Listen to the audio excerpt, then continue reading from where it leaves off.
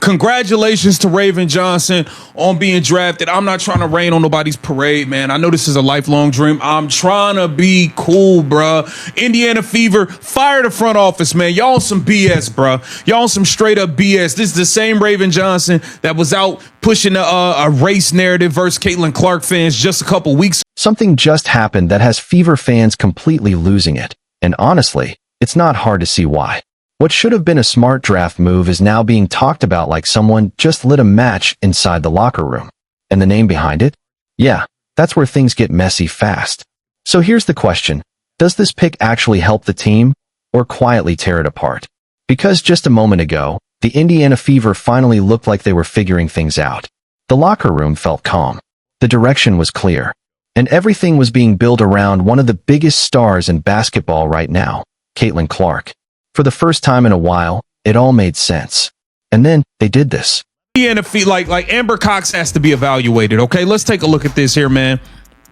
The Indiana Fever select Raven Johnson with the number 10 pick. Now, Raven Johnson, in a nutshell, she's a good defender. Okay, she can defend. She plays hard defensively.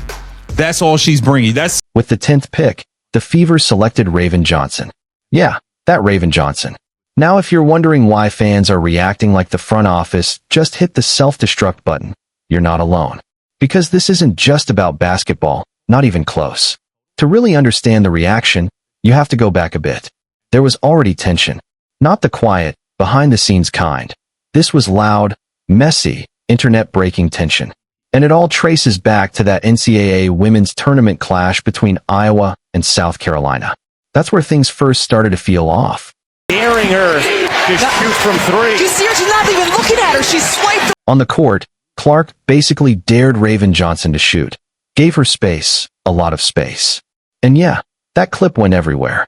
At first glance, it looked like a normal basketball moment, right? Well, not exactly. Because when you fast forward, things take a turn. Johnson started speaking out about what happened after that game. The backlash, the messages, the noise that followed her off the court. She said it went way beyond criticism. According to her, it turned into online bullying, with people calling her names and even crossing serious lines. And that's when this story stopped being just about a play and started becoming something much bigger. University would probably be Caitlin Clark. Caitlin Clark, left side. She doesn't even look at her. Waves her hand as if to say, I don't care about you. I'm not defending you. That's one reason I hate the internet now. Because of that situation, like I got bashed, I got bullied, I got called all these things that I wasn't, aka like a monkey or this, I don't know, like it was just things like that. And I just think I wanted to quit basketball at that time. Now pause right there, because that's the moment everything shifted. Fans didn't just disagree. They questioned it. Hard. Some said there was no clear proof. Others felt it was exaggerated. And a few went even further, calling it completely made up. That's when things really spiraled. Words like gaslighting started getting thrown around. And suddenly, this wasn't just a debate. It was a full-blown online battle. Whether you agree with that reaction or not, one thing is clear. That moment stuck. It didn't fade. Because the internet doesn't forget, and sports fans definitely don't. So now imagine this. You're building a team around Caitlin Clark. Everything is finally clicking. The momentum is real, fans are locked in, and for once, the locker room feels stable. Calm, even. And then, you make this move. You bring in a player who already has very public history with your biggest star's fan base. Not just history drama. That's not a quiet decision. That's a loud one. And fans noticed instantly. Social media didn't just react, it exploded. Dude, for real. Offense, she's mid-a-moski. She's mid, bro. It's just like, what are y'all doing, man? What are the Indiana Fever doing, man? This front office is a joke. This front office is a straight-up joke and a travesty. It is ridiculous what this front office has done, man. They took Raven Johnson, and you know what the worst part about this is? GM Amber Cox was quoted as saying this right here. Fever GM Amber Cox on drafting Raven Johnson 10th overall. Raven is somebody that we thought would probably go in the top 4 or 5. Well, what top 4 was Raven Johnson? People weren't just confused, they were angry. Comments started pouring in, some calling it draft malpractice, others saying the front office just sabotaged their own team. And then it got even louder. Fans began questioning whether the organization truly understands what they have in Caitlin Clark. Because let's be honest, Clark isn't just another player. She's the reason people are watching, the reason tickets are selling, the reason the spotlight is this big in the first place. And instead of protecting that, the Fever may have just added a situation that brings more noise, not less. Now the focus shifts to the person at the center of it all, Stephanie White. Because fans aren't just criticizing the pick, they're pointing directly at her. To them, this doesn't feel accidental. It doesn't feel like best player available. It feels intentional. And that's where the frustration really builds. From a pure basketball standpoint, people are already questioning the fit. Raven Johnson isn't known as a scorer, not someone who instantly transforms your offense. She's a smaller guard, more about defense, energy, and hustle. Valuable traits, sure, but not the kind that clearly solve a major problem for this team. And when you add the history on top of that, it starts to feel like you're introducing tension into a space that didn't need it. That's why the sarcasm online has been brutal. It's like fans are saying, "Oh, things are finally calm? Perfect, let's add some drama. What could possibly go wrong?" And to be fair, not everyone is against the move. Some believe Johnson brings toughness, competitiveness, and defensive grit. They argue the past should stay in the past. But fans aren't buying it, not in this situation. Because this isn't happening in a vacuum. Every move involving Caitlin Clark gets magnified. Every decision is under a microscope.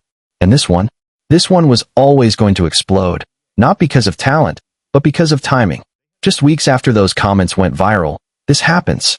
That timing is impossible to ignore, and fans definitely didn't. Now the conversation has shifted. It's no longer just, is she a good player? It's, why bring this into the locker room at all? Because whether people admit it or not, this changes the vibe. And in sports, vibe matters more than most people think, especially when you're building around a superstar. Step back and look at the bigger picture, and it gets even more complicated. The Fever finally had stability, a clear direction. Everything centered around Clark, and for once, it felt like the franchise knew exactly what it was doing. Then this move drops, not quiet, not low risk, but loud and divisive. The kind of decision that instantly splits the fan base. On one side, relax, it's just basketball. On the other, this is how you ruin momentum. Right now, the second group is a lot louder. And to them, this doesn't feel random. It feels like a pattern. There's already been criticism about how the Fever handle their biggest asset. And by asset, we're talking about Clark, the player driving attention, ratings, and expectations all at once. So when a move like this happens, fans don't just react to the pick. They react to what it represents. And to many, it represents poor judgment. From a basketball perspective alone, Raven Johnson is a role player. She brings defense, effort, and energy. Every team needs that. But when a role player arrives with this much baggage, it stops being just about basketball. It becomes headlines, questions, pressure, before she's even played a single minute. And that pressure doesn't stay on her. It spreads. It reaches the locker room, the coaching staff, and inevitably circles back to Caitlin Clark, because everything does. Now imagine the first press conference. You already know the question is coming. Caitlin, how do you feel about playing with Raven Johnson after everything that happened? That's not a maybe, it's guaranteed. And just like that, your franchise player is dealing with a distraction she never needed. That's the real issue. An unnecessary distraction, created out of nowhere. And in sports, that usually points to poor planning. So fans keep asking the same question. What was the goal here? If it was to improve the team, there were safer options. If it was to add depth, there were quieter ones. If it was to avoid drama, that plan failed instantly. And now, whether it's true or not, people are starting to believe this was about something else, something bigger, something more controversial. Because perception matters. And right now, the perception isn't good. Fever fans aren't casual anymore. They're invested. They've been riding this wave with Clark, watching the team grow, watching the league evolve. So when something feels like a step backward, they react hard. Words like self-sabotage and tone-deaf are everywhere. Some are even questioning if the front office understands its own team. That's how serious the reaction has become, and it's not fading anytime soon. Now sure, flip the scenario. Let's say Johnson plays well. She defends, hustles, proves people wrong. Great. But even that doesn't fully erase the tension. Because this story isn't just about performance, it's about perception. And that perception is already set. This was a risky move. And risky moves only look smart when they work perfectly. Anything less, and fans won't let you forget it. Then there's the locker room itself. Chemistry isn't instant. It takes time, trust, communication, respect. And when you bring in someone with this kind of history, you're asking that chemistry to adjust immediately under a massive spotlight. That's not easy. Maybe it works out. Maybe it becomes a non-issue. But right now, fans don't believe that. They see the start of something messy, and given how this began, it's hard to completely dismiss that concern. Because at the end of the day, this wasn't just a basketball decision. This was a headline decision. And headlines come with consequences. Now the Fever have to prove this works, not just on the court, but off it too. They have to show it won't disrupt the team, won't affect Clark, won't turn into a long-term problem. That's a lot of pressure for one draft pick, more than it should ever be. And that's exactly why fans are so upset. They didn't ask for this. They didn't need this. But now, they have to watch it play out, game by game, moment by moment. So yeah, this wasn't just a draft pick. This was a decision that changed the entire conversation around the team overnight. Now it's on the Fever to prove everyone wrong. Because right now, fans aren't convinced at all. If you enjoyed this breakdown, hit like, subscribe, and drop your thoughts below. Was this a smart move or a huge mistake?